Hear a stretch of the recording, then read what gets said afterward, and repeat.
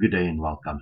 Today I want to do a topic that is much needed, and most learners and parents do not understand what qualifies a person to be able to do factorization. Most learners struggle with mathematics purely because they do not have the basic skill sets. And I want to focus on this because this is something that will stand them in good stead when they do mathematics beyond grade 8, 9, 10, 11 and to get to grade 12.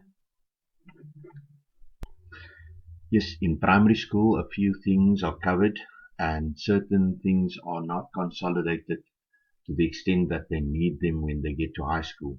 So prior knowledge that is important when a learner gets to grade 10 is going to start from point 7. So before grade 10, that is up to grade 7, the following information must be known by the learners already. Adding and subtracting, collecting like terms, the sum and the difference between like terms, product and factors, meaning the times tables must be known already. Then they were exposed to adding and subtracting unknowns and multiplying unknowns, monomials, multiply by a monomial multiplied with a binomial, and this was normally done with numbers.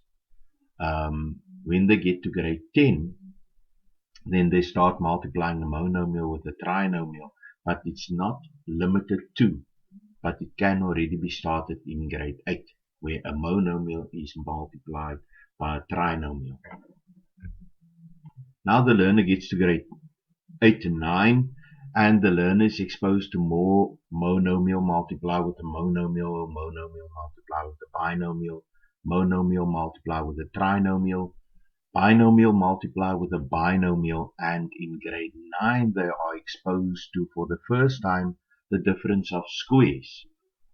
Not something unknown because they've worked with squares before, so the exponential laws is very important there, right? Then we get to grade 10 where they start multiplying a binomial with a trinomial, and they have to factorize and simplify and work with algebraic factors, fractions. The sum of cubes, very important here, as well as the difference of cubes. This is something that every child should have already printed in their brains. A multiplication table. If you want to continue with maths, if you don't know your tables, I can guarantee you, you are not going to be one of those learners that does mathematics.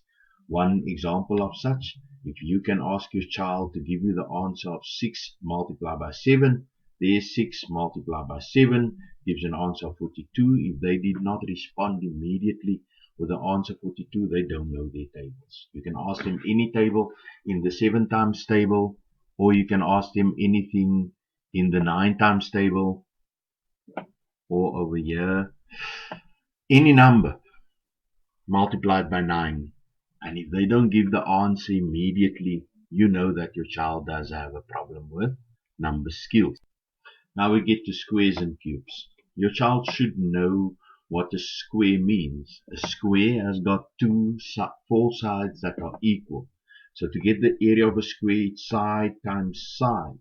So when we work with a square, 6 square is 6 multiplied by 6 gives you an answer of 36. That is the information of a square. A squared is equal to A times A is equal to A squared. If I speak of cubes, then I think in terms of a 3-dimensional object to the likes of a magic cube. Most of us are familiar with a magic cube, but we call it a cube. So if I say cube, it is a length times a breadth times a height.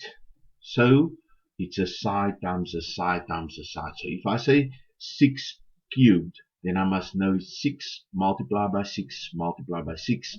And the answer is 216. Common mistakes made here is learners change the plus sign, the multiplication sign to a plus sign and give the answer as 18. But the answer is 216. You can assess your child on any of these things, and if they can't give you the correct answer, right?